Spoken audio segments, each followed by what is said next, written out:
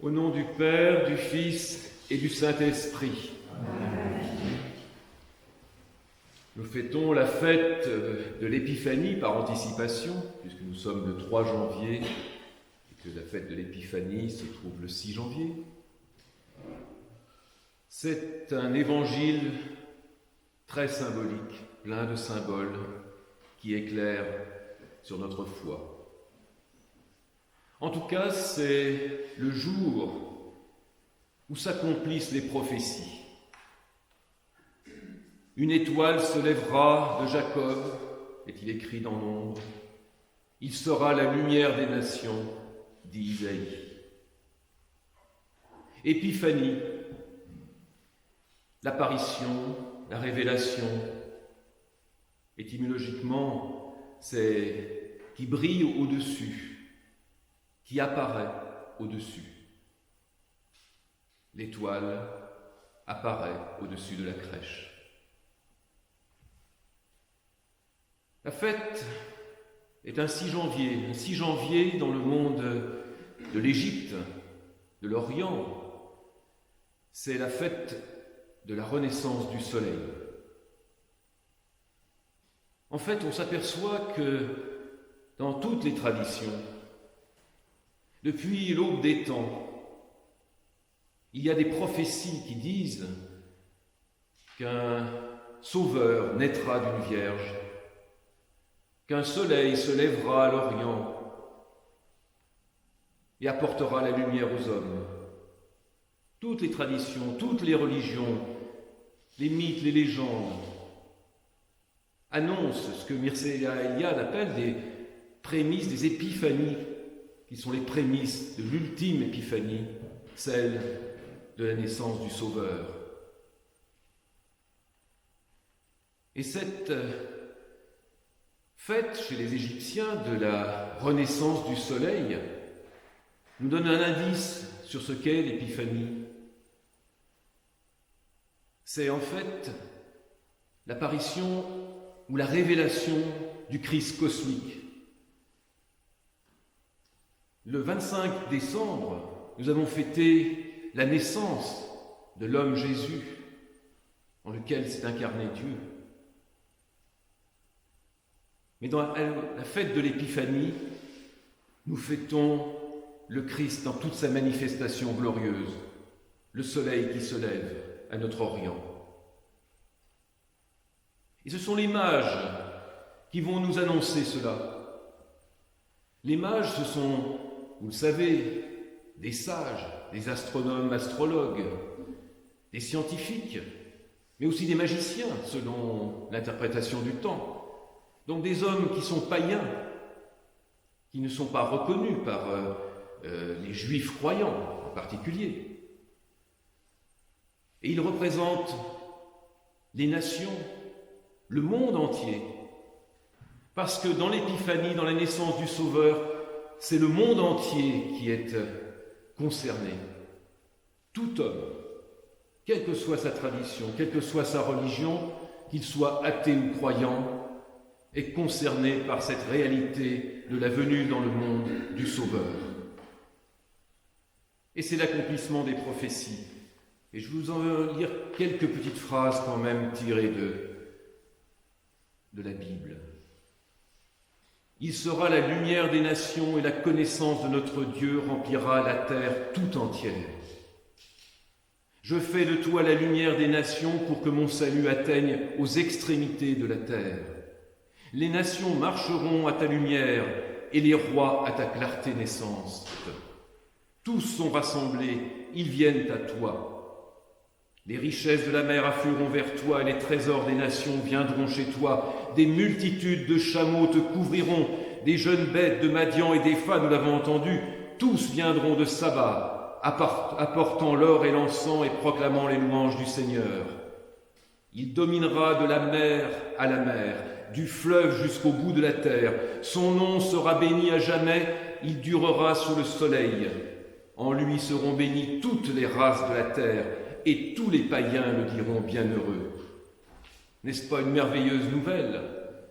Ces prophéties s'accomplissent. le Christ, le Sauveur, Dieu incarné, est présent parmi nous pour tous les hommes. Et les mages le confessent. Ils confessent qu'il est roi, ils confessent qu'il est homme et ils confessent qu'il est Dieu. Ils disent « Où est le roi des Juifs ?» Ils confessent qu'il est roi, qu'il est souverain, qu'il vient de naître. Ils confessent qu'il est homme. Et pour que nous puissions l'adorer, ils confessent qu'il est Dieu, car on ne peut adorer que Dieu. Et il lui offre 3 présents, l'or, l'encens et la myrrhe.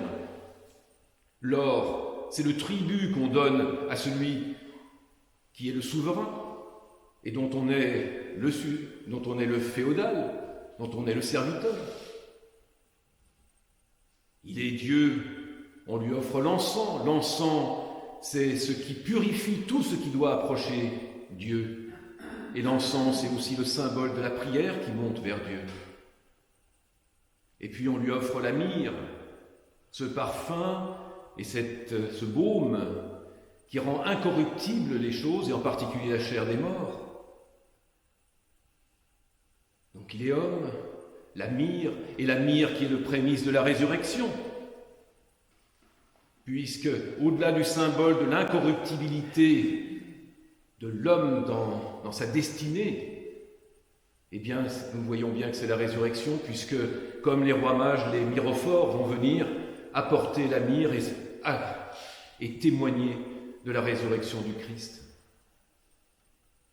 Il est le roi, notre maître, il est notre Dieu et il est notre résurrection. Et cette bonne nouvelle, cette magnifique nouvelle que nous disent les prophéties, que les mages nous révèlent, nous devons la porter comme les mages ou comme les bergers au monde. C'est notre vocation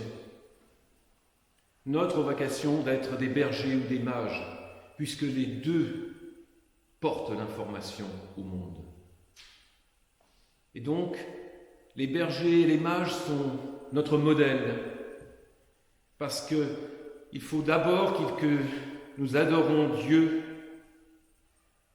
après en avoir eu la révélation personnelle, pour ensuite le porter au reste du monde. Et quelle est la particularité, par exemple, des bergers ? Les bergers, ce sont ceux qui écoutent, mais qui sont comme les mages des veilleurs dans la nuit. Et à eux, ils reçoivent l'ange dans leur méditation, sans attente, mais avec patience. Ils reçoivent l'information que le Sauveur est né. Et ils vont ensuite en témoigner. Les mages, ce sont les savants, ce sont ceux qui ont développé leur intelligence, mais ce sont ceux qui ont la foi aussi, qui ont la foi au moins dans leur prophétie, même s'ils ne sont pas juifs, même s'ils ne sont pas chrétiens. Ils ont la foi au fond d'eux-mêmes, ils savent, un peu comme une jeune femme, un jeune homme, pense qu'un jour, il rencontrera l'amour de sa vie. Il y a une sorte d'attente, avec une sorte de certitude, en tout cas d'espoir énorme, que l'amour de sa vie va rentrer dans sa vie.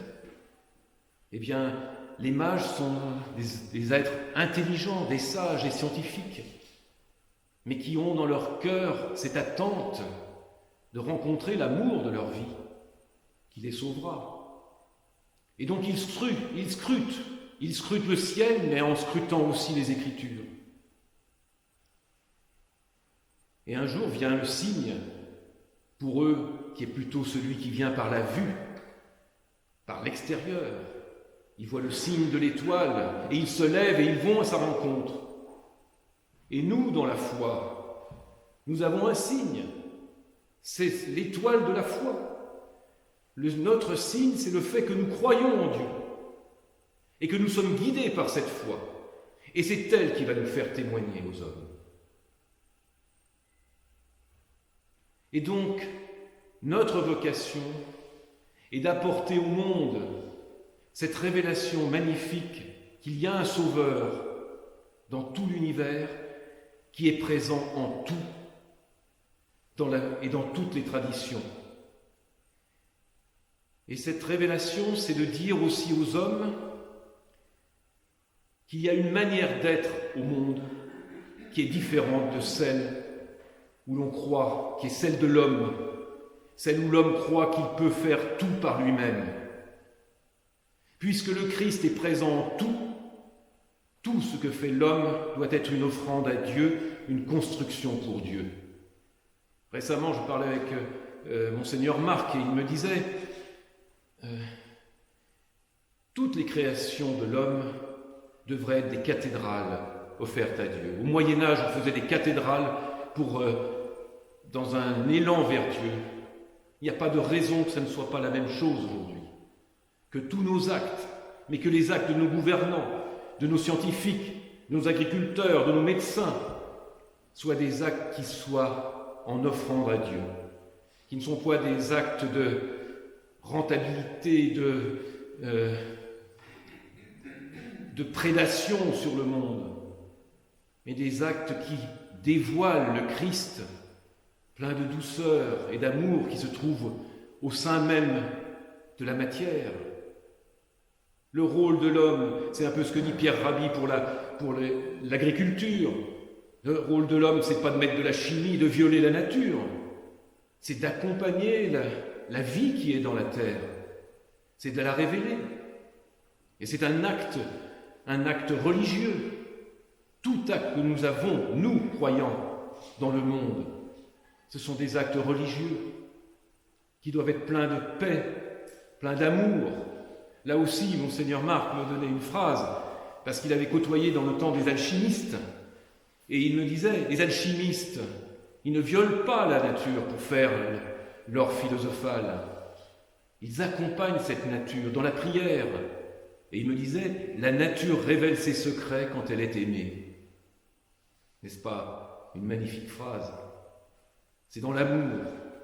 Et un des messages des mages, c'est l'humilité, puisqu'ils se prosternent devant Dieu. Et c'est aussi l'amour. Alors, on ne voit peut-être pas l'amour dans ces trois rois mages, mais il y a une légende russe qui a été reprise en particulier par Michel Tournier du 4e roi mage. Et qu'est-ce qui lui arrive à ce roi mage? En fait, il part avec les autres, et puis tout au long de sa route, il rencontre des personnes en grande difficulté. Des malades, des esclaves. Et il a 3 diamants qu'il veut apporter au roi des rois. Et puis le premier qu'il rencontre, pour le sauver, il donne un diamant. Il en trouve un autre, il donne un diamant, il en trouve un autre. Et quand il arrive, il apprend juste que Hérode massacre les innocents et que Jésus est parti en Égypte. Et il le suit. Et pendant 33 ans, il se promène en Égypte. Et il est malheureux, puisque son dernier acte d'amour, il va le faire en allant à Pâques, au pied de la croix. Il va sauver une personne qui est une femme qui a un problème en donnant son dernier diamant, et il s'effondre au pied de la croix. Et il est triste d'avoir les mains vides. Et Dieu s'illumine, en tout cas le Christ sur la croix s'illumine, et il voit les 3 diamants sur sa tête. L'amour est aussi un des messages des rois mages. L'humilité et l'amour. Tout cela pour réveiller le monde, pour apporter cette révélation au monde, pour que nous soyons l'étoile du monde.